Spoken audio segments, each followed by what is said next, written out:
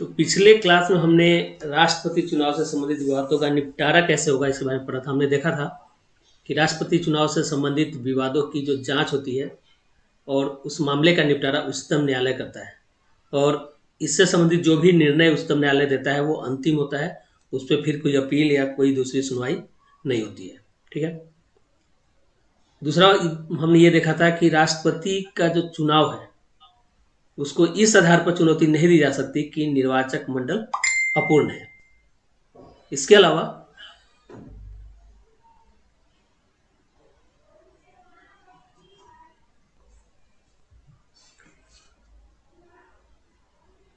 कि अगर उच्चतम न्यायालय किसी व्यक्ति के राष्ट्रपति के रूप में नियुक्ति को अवैध घोषित कर देता है तो ऐसी स्थिति में उच्चतम न्यायालय की घोषणा के पूर्व उसके द्वारा जो भी कार्य किए गए हैं उसको अवैध नहीं माना जाएगा। ठीक है। तो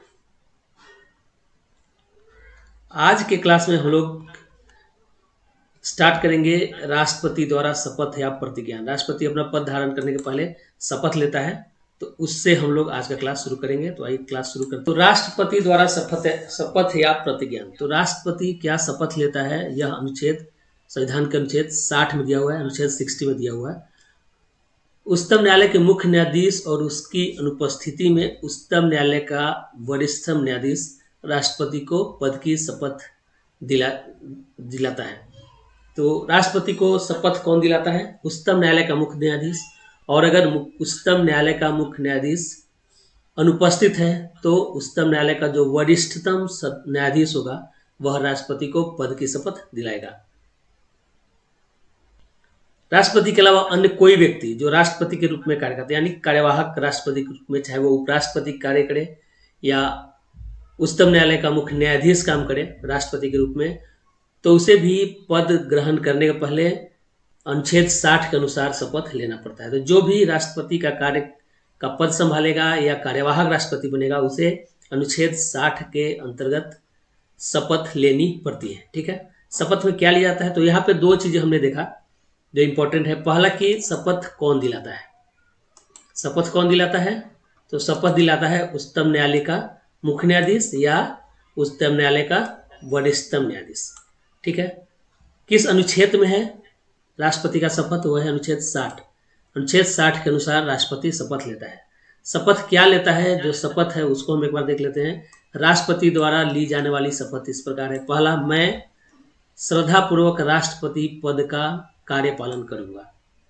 राष्ट्रपति पद का कार्यपालन करूंगा। दूसरा, संविधान और विधि का परिरक्षण, संरक्षण और प्रतिरक्षण करूंगा। और तीसरा, भारत की जनता की सेवा और कल्याण में नियत रहूंगा। ये शपथ राष्ट्रपति द्वारा ली जाती है पद ग्रहण करने के पूर्व। ठीक है। अब राष्ट्रपति पद के लिए कुछ शर्तें होती हैं, उन शर्तों को देख लेते हैं कि राष्ट्रपति बनने के पहले किन शर्तों को पूरा करना आवश्यक है। राष्ट्रपति पद के लिए कौन कौन सी शर्तें होती हैं। पहला शर्त है कि जो व्यक्ति राष्ट्रपति बन रहा है वह संसद के किसी भी सदन अथवा राज्य विधायिका का सदस्य नहीं होना चाहिए। यानी कि जो व्यक्ति राष्ट्रपति बन रहा है वह न तो लोकसभा का, न राज्यसभा का, न ही किसी भी राज्य के विधानसभा का सदस्य नहीं हो सकता है। ठीक है। और इस तरह का कोई व्यक्ति यदि निर्वाचित होता है, यानी ऐसा कोई व्यक्ति निर्वाचित होता है जो या तो सांसद हो लोकसभा का या राज्यसभा का सांसद हो या किसी विधानमंडल में विधायक हो, तो राष्ट्रपति का पद ग्रहण करने के पहले उसे उस सदन की सदस्यता से त्यागपत्र देना होगा। यानी कि अगर वो लोकसभा का सदस्य है तो वहां से त्यागपत्र देना पड़ेगा। अगर वो राज्यसभा का सदस्य है तो उसे राज्यसभा की सदस्यता का त्याग करना पड़ेगा। अगर वो विधानमंडल का सदस्य है, विधायक है, तो वहां भी उसे त्यागपत्र देना पड़ेगा। त्याग पत्र देने के बाद ही वो राष्ट्रपति का पद ग्रहण कर सकता है। ठीक है। दूसरा शर्त है कि वह अन्य कोई लाभ का पद धारण नहीं करेगा। हमने पहले देखा था कि लाभ के पद राष्ट्रपति के लिए कौन कौन सा पद लाभ का पद नहीं माना जाता है, वो अर्हता में थी, योग्यता में थी। तो राष्ट्रपति बनने के बाद वह कोई और पद जो लाभ का पद हो धारण नहीं करेगा। तीसरा है कि उसे बिना किराया यानी किराया मुक्त आधिकारिक निवास आवंटित होगा, यानी कि राष्ट्रपति भवन। उसे किराया मुक्त आधिकारिक निवास आवंटित होगा, सरकार द्वारा उसे दी जाएगी, यानी कि राष्ट्रपति भवन उसे आवंटित होगा।